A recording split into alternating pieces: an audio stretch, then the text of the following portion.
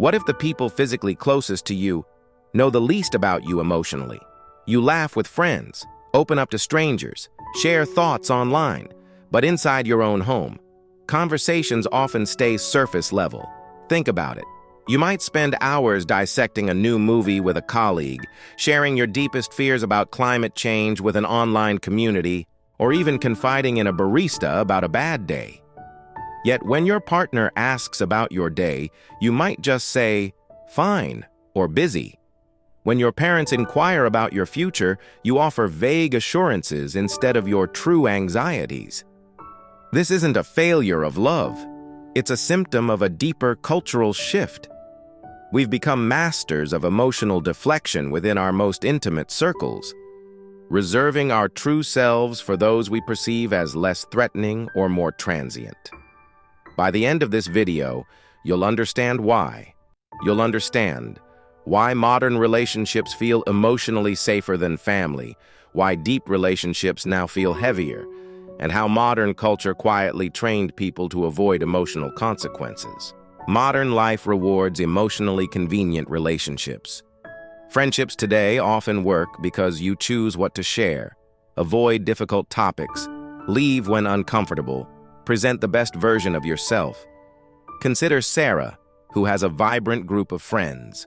With them, she shares her triumphs at work, her exciting travel plans, and her latest fitness achievements.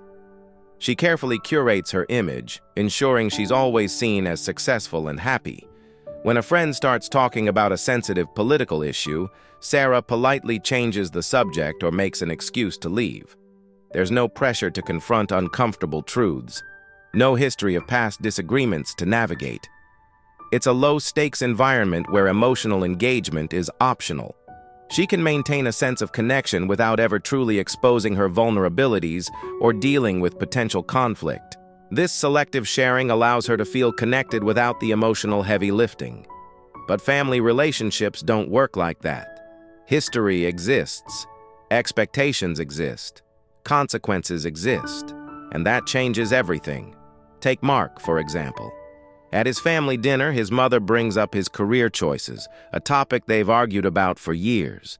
His father makes a passive-aggressive comment about his messy apartment.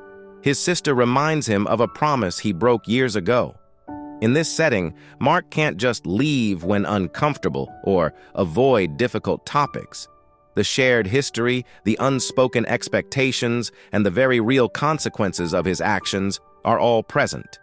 He can't present a curated version of himself. His family knows him, flaws and all. Every interaction is layered with years of shared experiences, both good and bad, making genuine emotional expression a minefield of potential reactions and unresolved issues. The closer the relationship, the harder emotional honesty becomes, because deep relationships carry risk, disappointment, judgment, conflict. Real intimacy is emotionally expensive, and modern culture increasingly rewards emotional convenience instead. Technology and modern social culture made connection faster, but lighter. You can now maintain casual closeness easily, communicate constantly, stay socially active without emotional depth. Think of online dating. You can swipe through hundreds of profiles, have superficial conversations with dozens of people, and ghost someone the moment they become too much.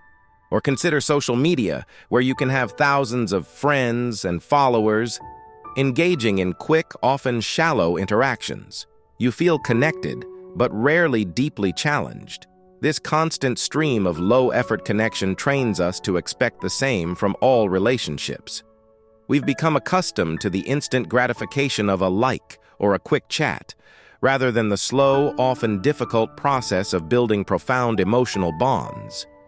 The sheer volume of digital interactions can create an illusion of intimacy, masking a growing deficit in genuine, face-to-face emotional engagement, so people slowly become more comfortable with familiarity without vulnerability, and less comfortable with relationships that require emotional responsibility. We've become adept at maintaining a facade of closeness, knowing surface-level details about many, but truly understanding few. We prefer the comfort of predictable interactions, over the messy, unpredictable work of true emotional intimacy. This comfort with superficiality extends to how we manage conflict.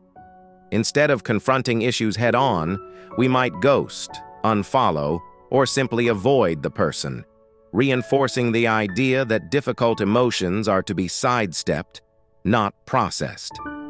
This avoidance, while seemingly convenient, erodes our capacity for resilience and genuine connection in the long run.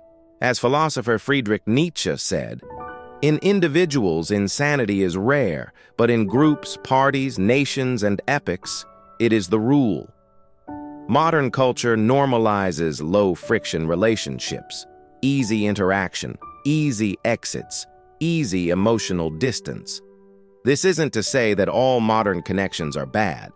Casual friendships and online communities offer valuable support and connection, but when this becomes the default, we lose the muscle for deeper, more demanding relationships. We become accustomed to a world where emotional discomfort is a signal to disengage rather than an invitation to grow.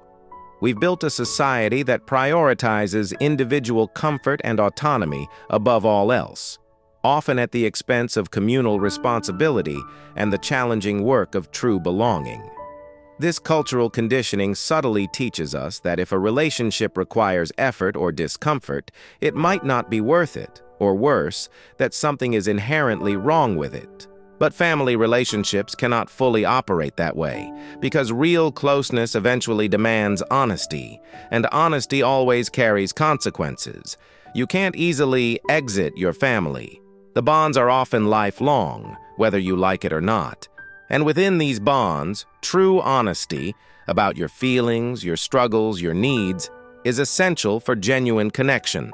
But that honesty comes with the risk of being misunderstood, of causing pain, or of having to confront difficult truths. It means navigating inherited patterns, unspoken resentments, and deeply ingrained roles.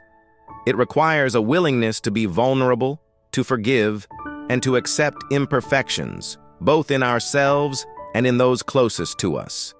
This is the crucible where true intimacy is forged, a process that is inherently uncomfortable and often painful, yet ultimately rewarding. Subscribe to Daily Reset Lab if you want to understand modern life more clearly. So the issue isn't that families suddenly stopped caring about each other. It's that modern systems train people to prioritize emotional comfort over emotional depth, and emotionally safe distance often feels easier than difficult closeness. Maybe deep connection was never supposed to feel effortless. Maybe the relationships that matter most are the ones that require emotional responsibility, because convenience can create familiarity. But real closeness usually comes with discomfort too. If this made modern life feel clearer, watch, we're more connected. So why is everyone socially awkward?